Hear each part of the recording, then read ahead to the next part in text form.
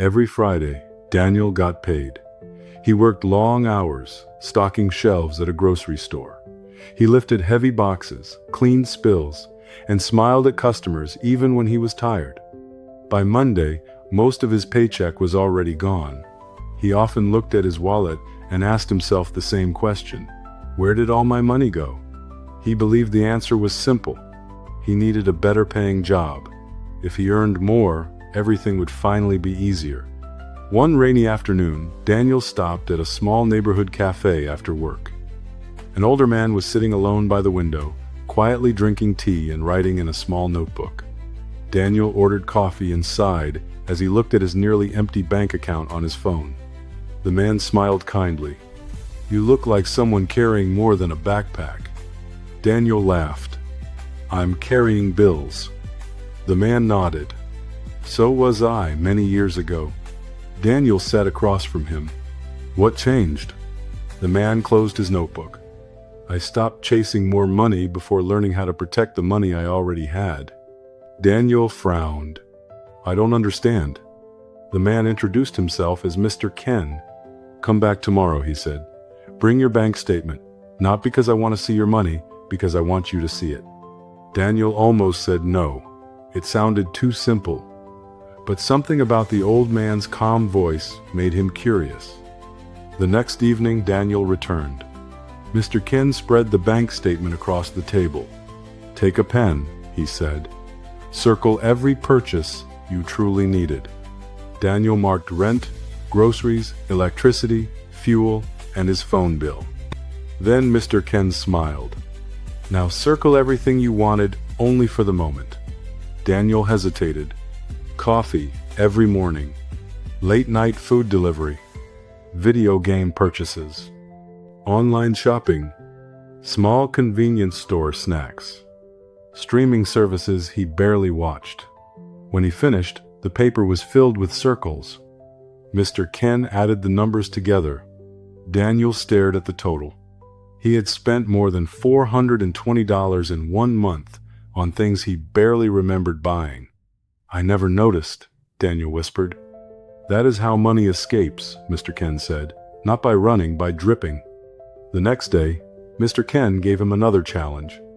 "For 1 week, buy only what you truly need." Daniel thought it would be easy. It wasn't.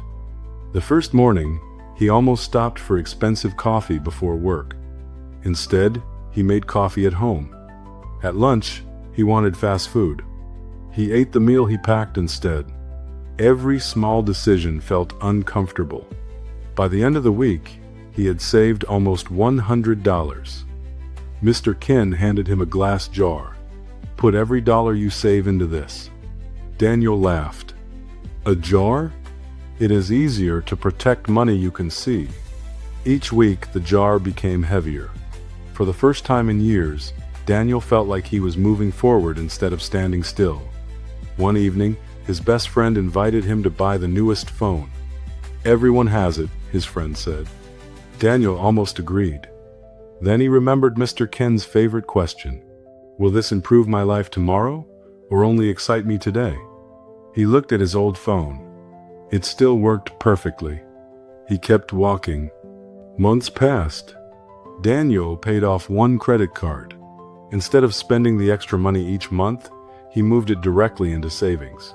Then he paid off another debt. Again, he sent the freed money into his savings account. Little by little, his emergency fund grew. It was not exciting. No one applauded. No one even noticed. But Daniel noticed. For the first time, unexpected bills no longer filled him with fear. One afternoon, Mr. Ken invited Daniel to his small home. There was nothing expensive inside. Simple furniture, clean rooms, a peaceful smile. Daniel finally asked the question that had been on his mind for months. "Were you always good with money?" Mr. Ken laughed softly. "No." He opened an old wooden box filled with worn notebooks. "I made every mistake you can imagine." He picked up one notebook. "This is where I learned." Inside were years of simple notes. Things he stopped buying. Money he redirected. Goals he reached. Lessons he never wanted to forget. I didn't become financially stronger because I earned the biggest paycheck, Mr. Ken said. I became stronger because I stopped letting small choices steal my future. Daniel looked at the notebooks and understood. Real wealth did not begin with a lucky break. It began with attention.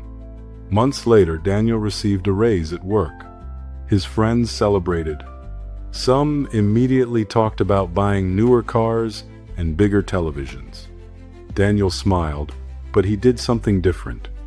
He increased the amount going into his savings before spending a single extra dollar. This time, more income truly changed his life. Not because he earned more, because he had already learned how to keep what he earned. Years later, Daniel became the person others came to for money advice. Whenever someone asked him for the secret, he always smiled and repeated the lesson that changed everything. Money doesn't disappear all at once. It disappears one small choice at a time. Build your future the same way, one smart choice at a time. If this story changed the way you think about money, please like, subscribe, and share it with someone who needs to hear it. Your support helps us create more timeless stories that inspire smarter thinking about wealth, success, and financial freedom.